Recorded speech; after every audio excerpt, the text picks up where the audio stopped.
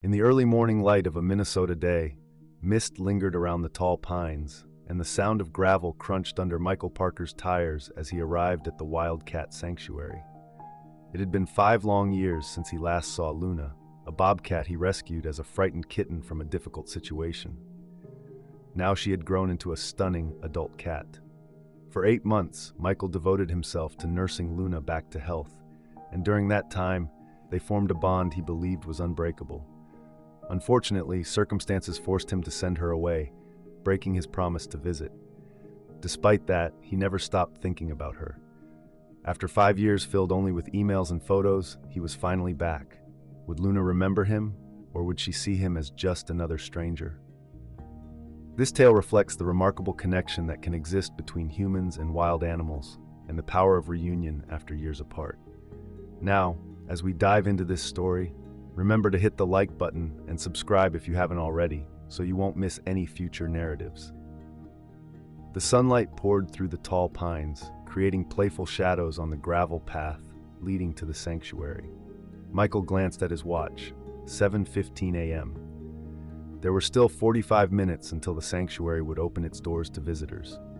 He pulled his old green pickup into the empty parking lot, the gravel crunching beneath the tires.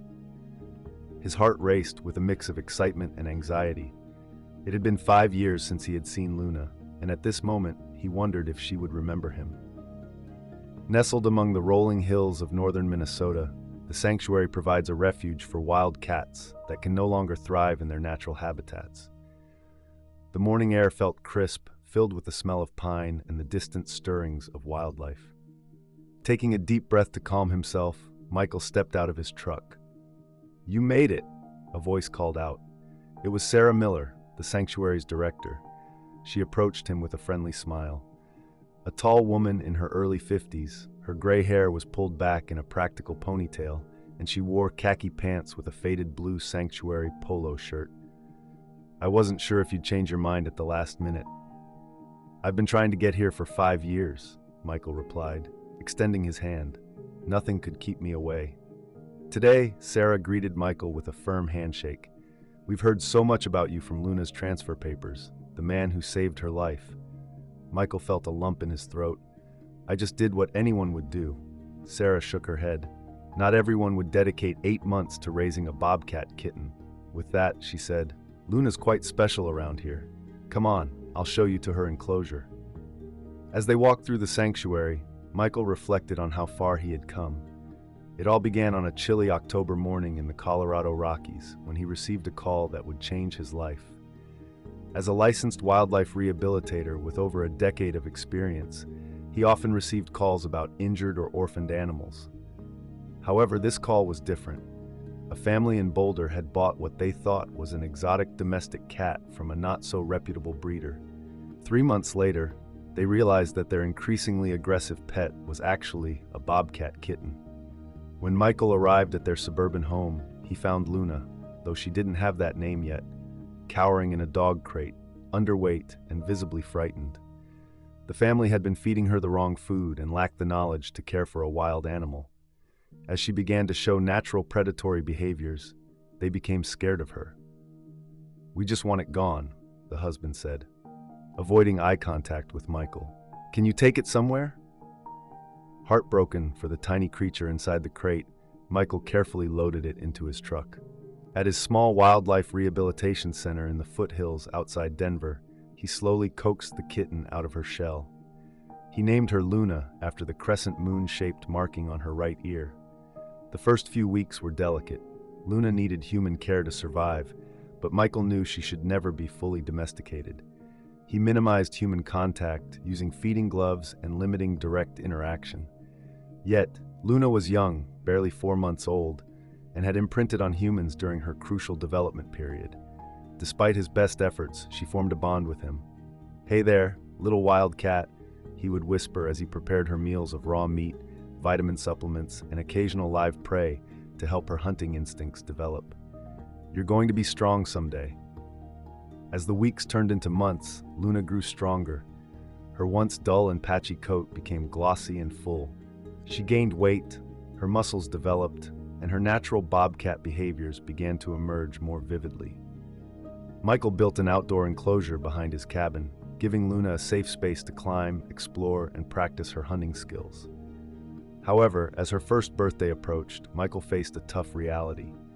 Despite all his dedication to rehabilitating her, he realized that Luna could never be released into the wild.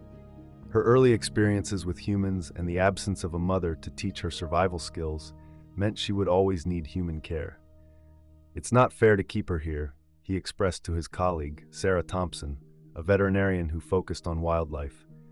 "My setup is temporary at best. She needs more space, proper facilities, and the company of other bobcats." Sarah agreed and helped him look into sanctuaries that could offer Luna a better life. They discovered the Wildcat Sanctuary in Minnesota, known for its ethical treatment of animals and large natural enclosures. The sanctuary accepted Luna, understanding her unique situation. The day Michael loaded Luna's crate into the sanctuary's vehicle was one of the hardest moments he had experienced. Luna looked up at him with her bright amber eyes, and he felt an overwhelming sense of betrayal. "I'm sorry, Luna," he whispered, knowing he was doing what was best for her, even if she couldn't grasp it. He had planned to visit her in a few months once she settled into her new environment. But then life took a challenging turn. Michael worked in wildlife rehabilitation, but it was grant-funded and seasonal. Just 2 weeks after Luna left, he received heartbreaking news. His funding had been cut. At the same time, his father in Arizona suffered a severe stroke. With bills piling up and family obligations demanding his attention, Michael had to pack up his operation and move to Arizona to care for his father. Years went by, and while Michael's father slowly recovered, he never regained full independence, requiring Michael's continuous support. He started working with the Arizona Game and Fish Department, but the salary barely covered living costs. Every year, Michael promised himself he would save enough to visit Minnesota, but unexpected expenses always came up. Medical bills, car repairs, home maintenance, all compounded by the harsh desert environment. Throughout this time, he kept in touch with the sanctuary, exchanging emails and occasional phone calls. They sent him updates and photos of Luna. Each time, he learned how she had blossomed into a magnificent adult bobcat, healthy and thriving in the sanctuary. Luna had adjusted well, considering her unique background. She shared a spacious enclosure with another bobcat, who was also rescued from a challenging pet situation. Although they weren't bonded, they coexisted peacefully, which is typical for their solitary species. Then, last winter, Michael experienced a loss when his father passed away quietly in his sleep. After the funeral and managing the estate, resulting in a surprising inheritance, Michael finally had the financial means and the freedom to make the journey he had been delaying for 5 years. As they neared a large enclosure set back from the main path, Sarah interrupted Michael's thoughts. "Here we are. This is Luna's home." The enclosure was quite impressive, spanning at least half an acre of natural Minnesota landscape, surrounded by tall fencing. Inside, there were several climbing structures, natural rock formations, dense vegetation areas, and even a small stream running through one corner. Michael noticed a covered den area tucked away at the back, offering shelter from the elements. "Where is she?" he asked, scanning the space. "Probably in her favorite spot," Sarah suggested, pointing to a wooden platform elevated about 10 feet off the ground. "She likes to watch the sanctuary wake up from there." And sure enough, there was Luna. She had come a long way since the frightened kitten Michael had rescued, and even from the adolescent bobcat he had rehabilitated. Now, she was a striking adult, weighing about 25 pounds, with a beautiful coat blending brown, tan, and white, adorned with the distinctive black spots and ear tufts of her species. Even from a distance, Michael recognized the crescent moon marking on her right ear that inspired her name. "She's beautiful," he murmured, his voice barely audible. "She's one of our healthiest residents," Sarah replied with pride, "and one of the calmest around our staff, which we credit to your early socialization work. You did an excellent job finding that balance. She's not tame, but she's comfortable with humans from a respectful distance." Michael nodded, overwhelmed with emotion, unable to respond. Luna had not noticed them yet, her attention fixed on a bird darting between the trees outside her enclosure. "Now," Sarah said, adopting a more serious tone, "I want to set realistic expectations. While Luna is comfortable with our staff, she may not remember you specifically. It's been 5 years, and that's a significant part of her life. Bobcats in captivity usually live between 20 to 25 years. Years pass, and while some animals develop long-lasting bonds with humans, others may not form the same connections. Michael was aware of this and tried to prepare himself for the possibility of disappointment.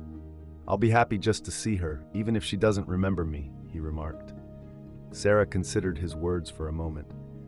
"Normally, we don't allow visitors into the enclosures. However, given your history with Luna and your professional background, I'm willing to make an exception. Would you like to go in?" Michael's heart soared. "Yes, absolutely. Remember to follow all my instructions," Sarah said in a serious tone.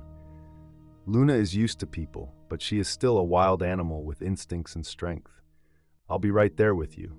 Michael nodded, paying close attention as she outlined the protocols. They would enter slowly, avoiding sudden movements and direct eye contact at first. The plan was to sit quietly on a bench inside the enclosure, allowing Luna to approach them on her own terms. If she exhibited any signs of stress or aggression, they would leave immediately. With these rules set, Sarah unlocked the first gate of the double entry system. They stepped into a small holding area, carefully closing the first gate behind them before getting ready to open the second gate, which led into Luna's space. "Ready?" Sarah asked. Michael took a deep breath, feeling the anticipation. "Ready." As the second gate creaked open, they stepped into a whole new world. The sounds and smells were more intense, more vibrant. This was Luna's territory, and they were mere visitors. Sarah guided Michael to a wooden bench about 20 feet from the entrance, and they sat down quietly. Luna had noticed their arrival. Her head turned in their direction, ears perked and alert. She studied them intently from her elevated platform, her body still, except for the faint twitch of her tail. "She's assessing us," Sarah whispered. "This is normal." Michael nodded, trying to keep his movements to a minimum. His heart raced. He felt sure that Luna could hear its pounding from her high perch. What was she thinking? Did she see them as intruders, potential threats, or simply curious figures interrupting her routine? They remained silent for a few minutes, with Luna continuously observing them, occasionally shifting her position but maintaining her distance. Michael began to worry that she might stay up there for the rest of their visit, keeping them at bay. Just then, something shifted in the atmosphere. Luna's body language changed slightly as she perked up, her ears becoming more alert. She tilted her head, almost as if trying to catch a scent on the wind. In one smooth motion, she rose to her feet, stretching her strong body before she began to make her way down the platforms leading to the ground. "She's coming down," Sarah whispered, surprise evident in her tone. "That's not typical for a new visitor." Michael held his breath as Luna reached the ground and approached them with the graceful yet powerful stride typical of a bobcat. Each step was intentional and deliberate. She paused about 15 feet away, crouching slightly as she studied them with her intelligent amber eyes. "This is a good sign," Sarah said quietly. "She's curious but cautious. That's perfectly normal behavior."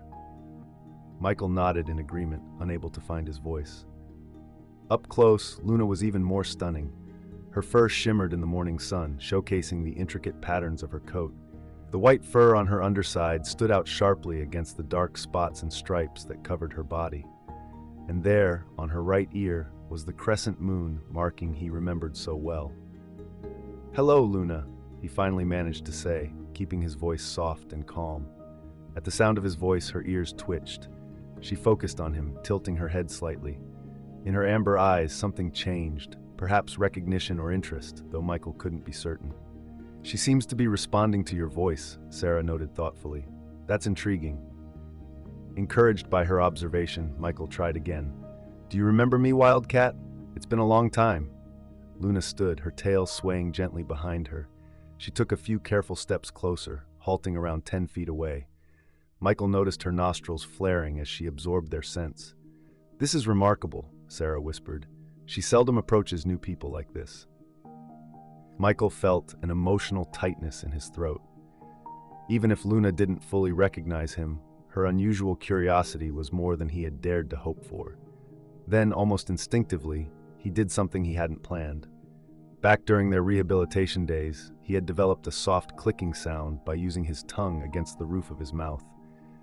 This gentle sound was a communication signal he used when bringing her food or checking on her.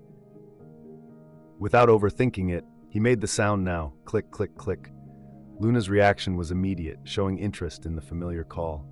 Luna's body tensed, and her eyes grew wide as she fixated on Michael, her gaze almost taking his breath away. For a moment, they both stood still, caught in this unexpected moment. Then, with an elegance that belied her strength, Luna walked toward him. "Stay very still," Sarah cautioned, a hint of worry creeping into her voice. "This is unusual behavior." Yet, Michael felt a reassuring sense of calm. Deep down, he sensed that Luna remembered him, despite the years apart and the natural limits of her understanding. Some instinct told him that against all odds, she recognized him. Luna came within 5 feet of the bench, closer than Sarah had ever seen her approach a visitor.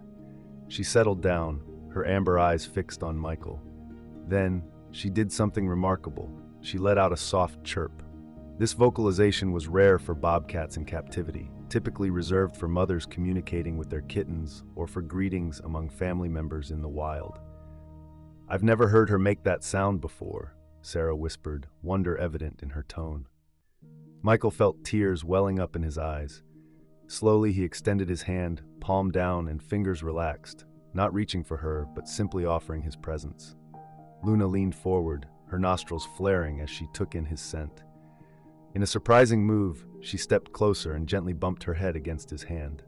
Sarah watched, speechless and filled with amazement, as this wild bobcat, after 5 years at the sanctuary, willingly initiated contact with a visitor.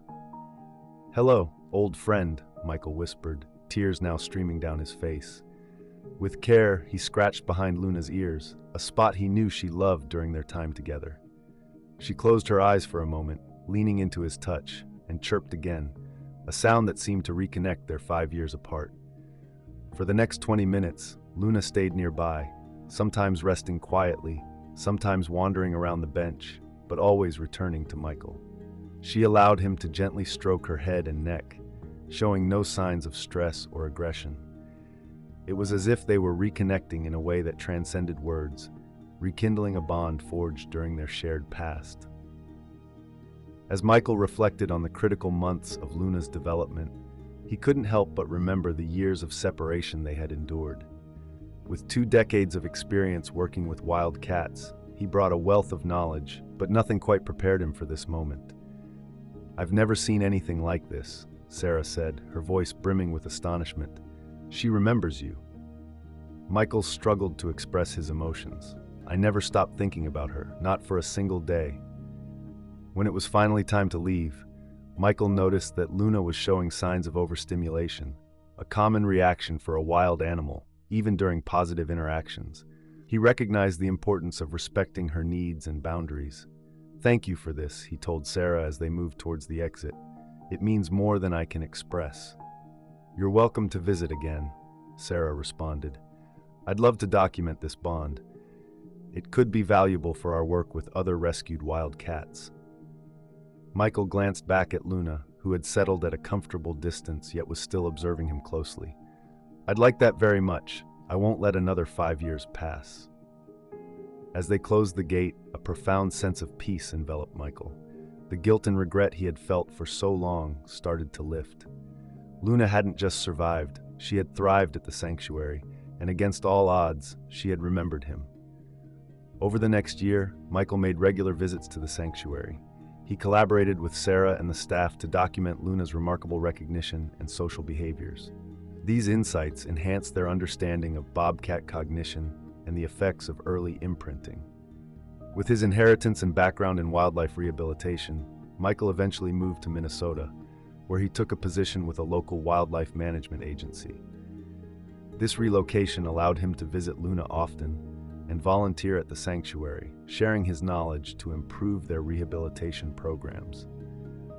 While Luna remained a wild animal, driven by her instincts and needing respectful boundaries, her unique connection with Michael continued to challenge the traditional views of bobcat behavior. Each visit was special. Sometimes she greeted him with a soft chirp, and other times with a gentle nudge against his hand. Their story began to circulate in wildlife rehabilitation circles, showing the deep and complex bonds that can form between humans and wild animals. Humans and wild animals share a complex relationship, one that carries a unique responsibility. In this context, Luna became a kind of ambassador for the sanctuary, teaching visitors about the importance of preserving wildlife in their natural habitats and highlighting the special care needed for animals that have become accustomed to human interaction. On crisp mornings in Minnesota, Michael would often sit quietly in Luna's enclosure, observing her as she engaged in her natural behaviors, climbing, exploring, and hunting the enrichment toys provided by the sanctuary staff. Occasionally, she would pause to acknowledge him with a glance or a soft sound, serving as a reminder of the bond they had formed. This relationship was not what Michael had initially envisioned when he rescued a frightened bobcat kitten from a suburban home in Colorado. Yet, it turned out to be something even more profound.